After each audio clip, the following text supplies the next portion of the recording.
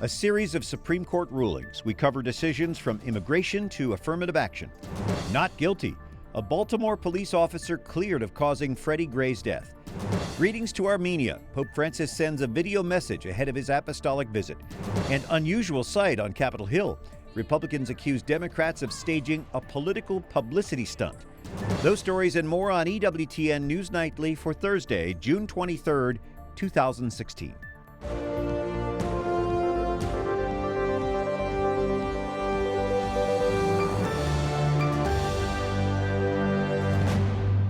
Good evening from Washington. Thanks for joining us. I'm Brian Patrick. A deadlock at the Supreme Court shifts the immigration debate. We have team coverage. Lauren Ashburn explains why this is a setback for the Obama administration. But first, Wyatt Goolsby has reaction from outside the Supreme Court. Wyatt? Brian, the Supreme Court is tied 4-4 over President Obama's controversial executive action on immigration, which would have prevented millions of undocumented immigrants from being deported. But as it stands right now, the program will not be able to move forward. Instead, it's being sent back down to a lower court, which had previously blocked the president's action. Immigration activists and dozens of families filled the sidewalk outside the Supreme Court this morning, hoping for victory. But news of the High Court's deadlock left many upset. The decision has been hard on Isabel Aguilar and her children.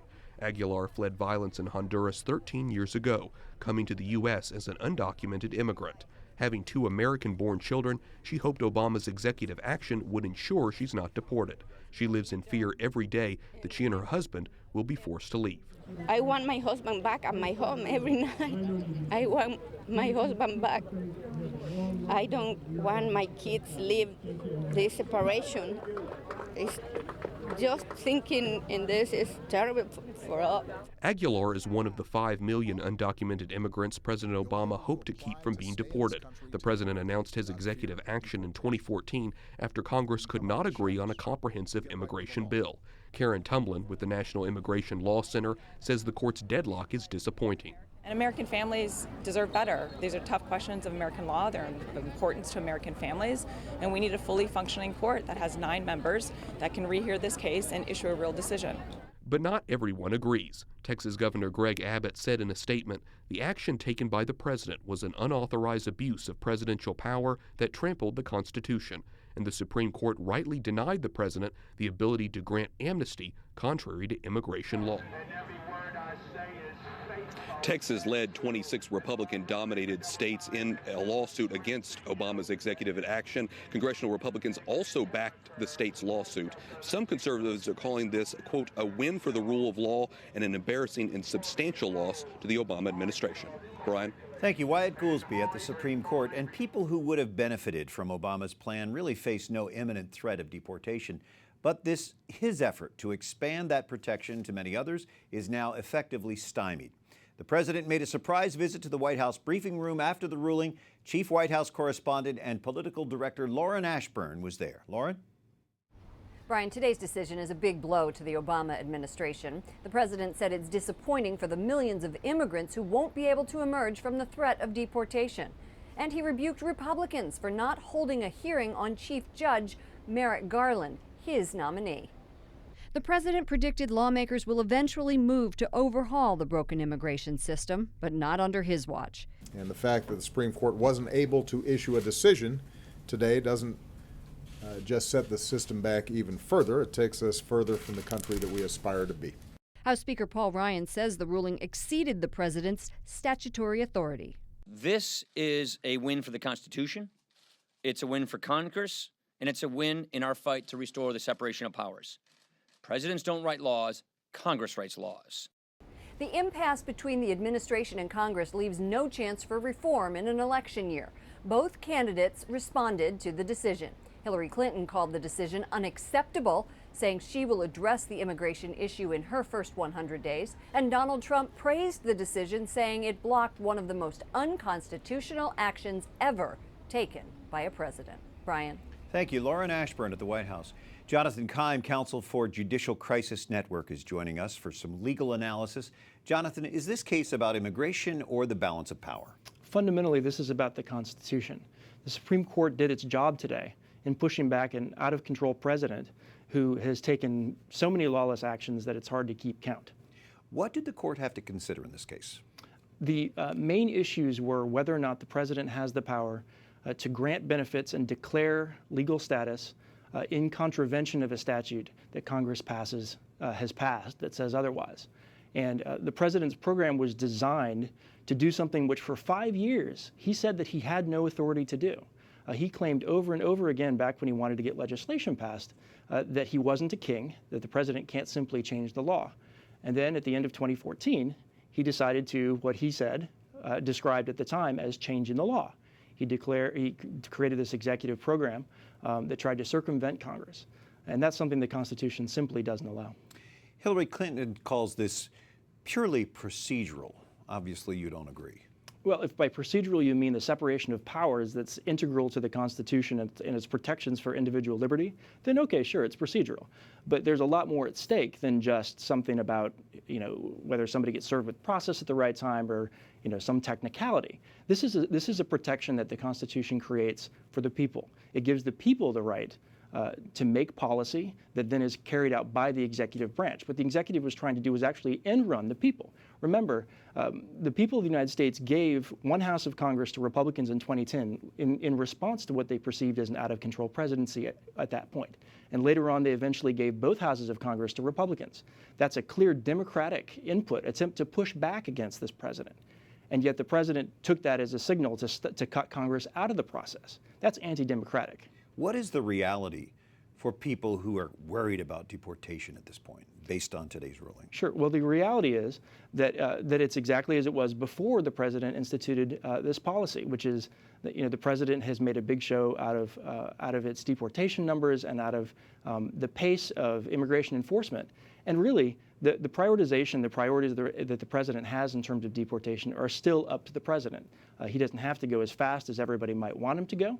But at the end of the day, he cannot declare legal what is actually illegal under the laws Congress has passed. So that's the bottom line. How do you think this will affect the presidential campaign?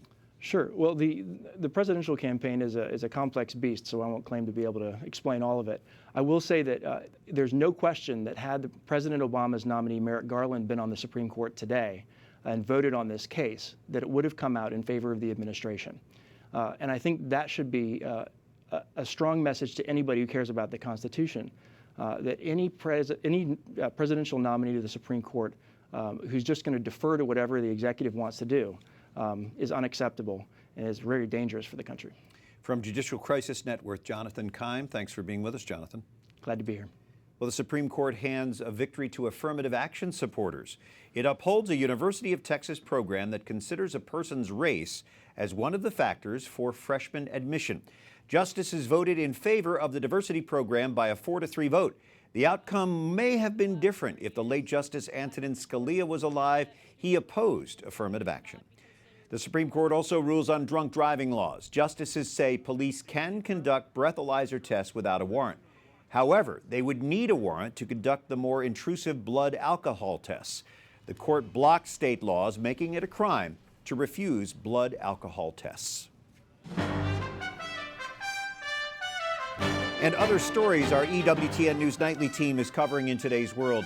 There's angry reaction tonight to today's verdict in Baltimore. Another officer is cleared in the death of Freddie Gray. All six! Murderers! All six! Murderers! 6 officers were charged in Gray's death from injuries he suffered while being transported in the back of a police van. Only Officer Cesar Goodson was accused of murder. Today, a judge finds Goodson not guilty. That verdict sparked protests outside the courthouse. I'm outraged right now. It's disgusting. I did tell them. And then they want us, so it's going to be many more Freddie Grays. Gray's death last April sparked protests and riots in Baltimore at that time. The Justice Department opened an investigation into allegations of police abuse.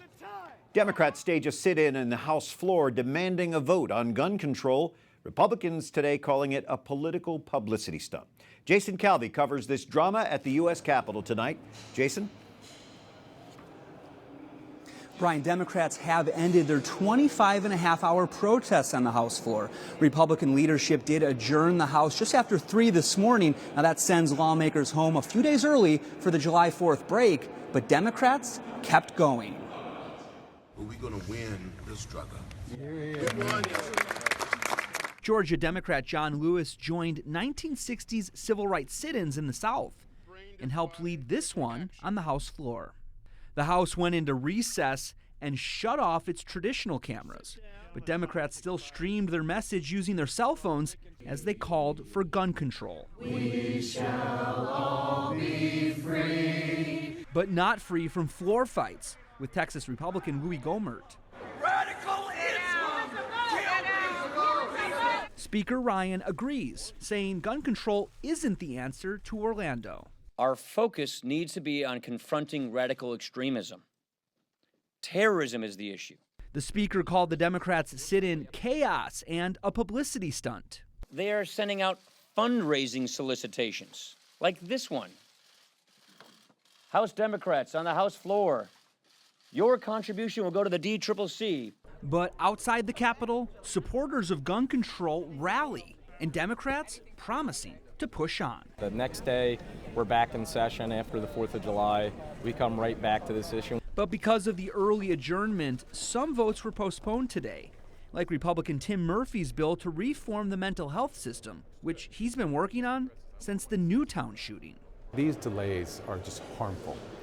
The words aren't doing anything. Chest speeding isn't doing anything. Doing a fundraiser while people are in the middle of a demonstration, it's just cruel. And over in the Senate, a bipartisan gun compromise has survived a procedural vote. Maine Republican Susan Collins has proposed a ban on gun sales to those on the government's no-fly list and the expanded security screening list. 52 senators supported her proposal today. Brian? Jason Calvi on Capitol Hill. Thank you, Jason. Arkansas can execute 8 death row inmates using its 3-drug protocol. That's today's ruling from a split Arkansas Supreme Court. It upholds a state law that keeps information about lethal injection drugs confidential. Inmates had argued the execution secrecy law could lead to cruel and unusual punishment.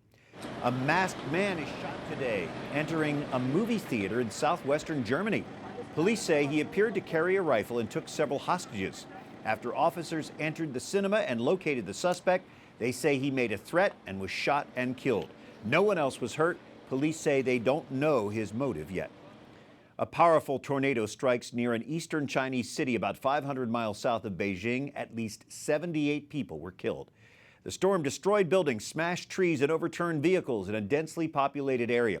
China's official news agency reports nearly 500 people were injured, 200 of them critically. Well, tomorrow we should learn the result of that critical vote in the United Kingdom.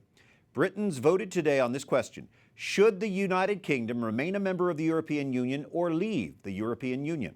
A record 46.5 million people registered to vote in the so-called Brexit referendum.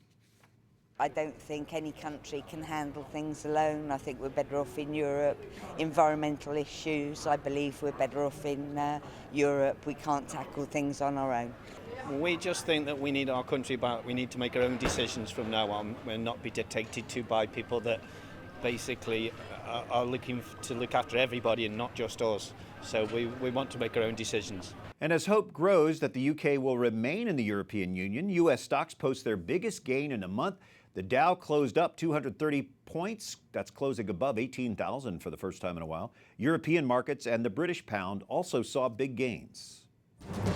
Coming up, the Pope greets the people of Armenia before his weekend visit, and the Holy Father praises his predecessor's example of holiness.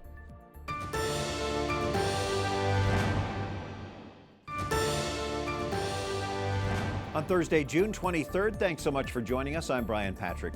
U.S. Catholic bishops react to a Health and Human Services order defending California's law that all state health plans must cover abortion.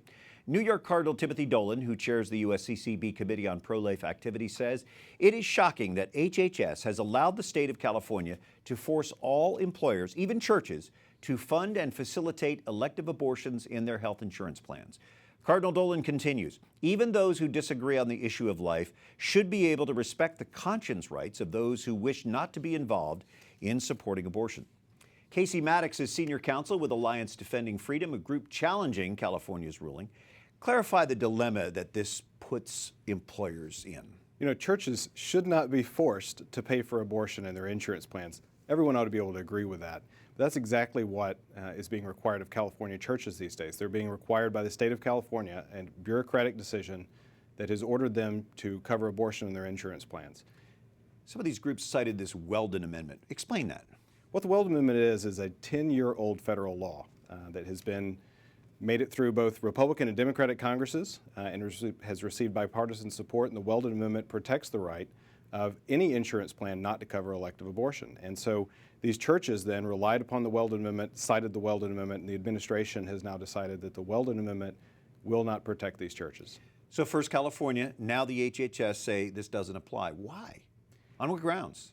You know, the decision from HHS really doesn't give any very clear grounds. They stumble around at some efforts to try to explain it, but essentially what they come to is that they're just gutting the Weldon Amendment. This is the administration deciding that the Weldon Amendment just won't apply. When California actually took this action, they actually made no effort really to try to explain that this was in compliance. What they did was just to say, at least in some settings, they basically made the argument that the administration will not enforce this law, and it turns out that the administration made them correct and decided they wouldn't enforce it. What do you think this says about the Obama administration? I think what it says about the Obama administration is they will enforce laws they want to enforce, they won't enforce laws they don't want to enforce, and they'll invent others out of whole cloth. This is one more in a long story we're seeing play out now just about every day, where the administration enforces some laws, it doesn't enforce others, and it's an abdication of the rule of law. And there seems to be a playing with this idea of religious groups, the definition of religious groups. Is there a way that the government is supposed to define religious groups, or is that pretty arbitrary? Well, you know, with the Weldon Amendment, it didn't even really matter. The Weldon Amendment protects everyone's right, regardless of whether you're a religious group, not a religious group, not to be forced to pay for abortions. But certainly we at least ought to be able to agree these churches shouldn't be forced to do that. In California, interestingly, California has a contraception mandate, much like the HHS mandate. They expressly exempted churches from that mandate. So in California right now, the law is churches don't have to pay for contraception on their insurance plans, but they do have to pay for elective abortion. Casey Maddox with the Alliance Defending Freedom, thank you so much for the clarification. Thank you. Well, Pope Francis sends a video greeting to the people of Armenia ahead of his visit there this weekend. La vostra storia e le vicende del vostro amato popolo suscitano in me ammirazione e dolore. The Holy Father saying he feels admiration and sadness when thinking about the history of the Armenian people. An estimated 1.5 million Armenians were killed by Ottoman Turks about 100 years ago. Turkey denies what's been called the first genocide of the 20th century, claiming those who died were victims of civil war and unrest. The Pope urges Armenians to reject ancient hatreds and look forward with hope. He leaves for Armenia tomorrow and returns to the Vatican on Sunday. And Pope Francis honors his predecessor in the foreword of a new book.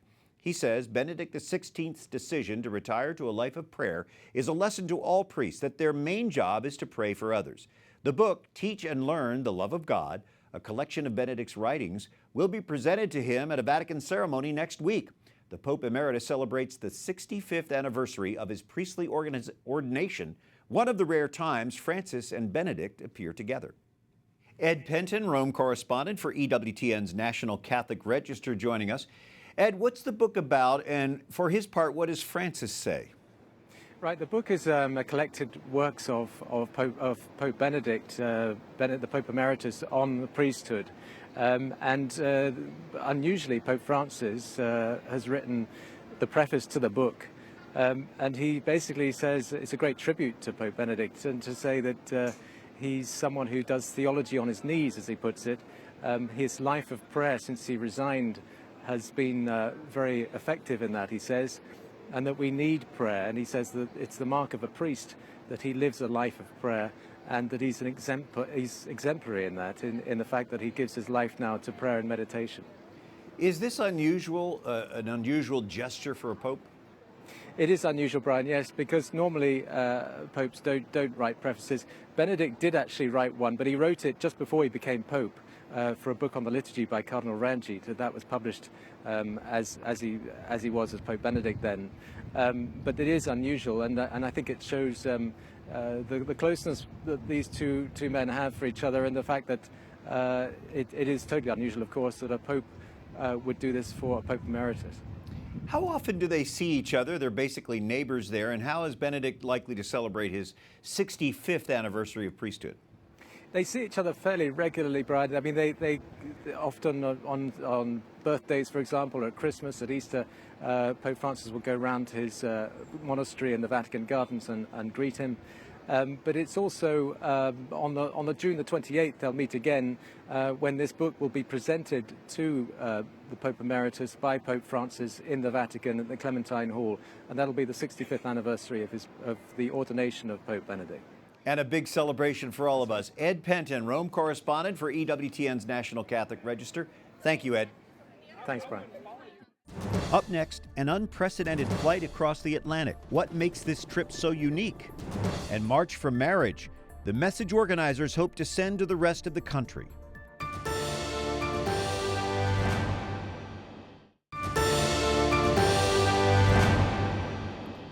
This is the first flight of its kind. A solar power plane just traveled across the Atlantic Ocean. The Solar Impulse took 3 days to fly to Spain from New York after completing its journey across America. This is part of an around-the-world trip, which started more than a year ago. Thanks for joining us on this Thursday evening. I'm Brian Patrick. It's still quite a bit smaller than the March for Life, but this weekend's March for Marriage is building momentum. Marriage supporters march from the U.S. Capitol to the Supreme Court on Saturday. Joseph Grabowski is Director of Communications for the National Organization for Marriage. What is the goal for this march, the first since the Supreme Court ruling that legally redefined marriage? Well, the first goal would be just to mark the anniversary of Obergefell, not to let it go by without being recognized that this decision, this erroneous decision, was decided 1 year ago this weekend, but also to advocate for the protections of conscience and religious liberty that we think are necessary in law in the wake of that decision, because we've seen Christians and people of faith targeted with lawsuits and by the government for penalties because they won't participate in same-sex marriages. So-called same-sex marriages. There's so much confusion about marriage, and part of it has to do with this debate over gender identity. Will that be addressed at all this weekend? I'm sure it will, because, of course, these two issues are very much related, right? The idea that a man is a man and a woman is a woman is part of the belief that in order to have a marriage, you need a man and a woman.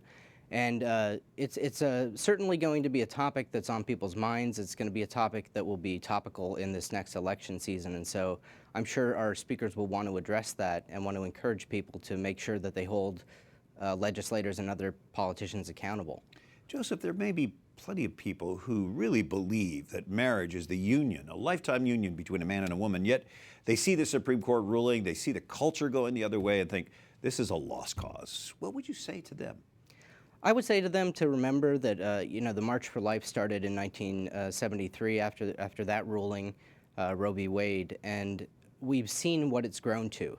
And even though the March for Marriage is certainly a smaller event now, it's the beginning of a movement, and marriage being what it is defined in the law of nature and in the law of God. And you can redefine it in law, but you can't redefine it in reality. Marriage is the union of a man and a woman. We have truth on our side. We're on the right side of history.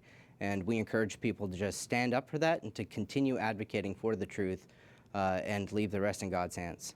That's some great encouragement and great direction from the National Organization for Marriage. Joseph Grabowski, remind us of the March for Marriage so people can come this weekend. Yeah, the March for Marriage is on January 25th, Saturday. It begins at 11:30. June 25th, excuse me. I had Roe v. Wade on my mind. Yeah. June 25th is Saturday at 11:30 at the Capitol grounds. Starts at the Capitol grounds. Thank you, Joseph. Appreciate Thank you. And thank you for watching. For the EWTN News Nightly team, I'm Brian Patrick. Good night. God bless.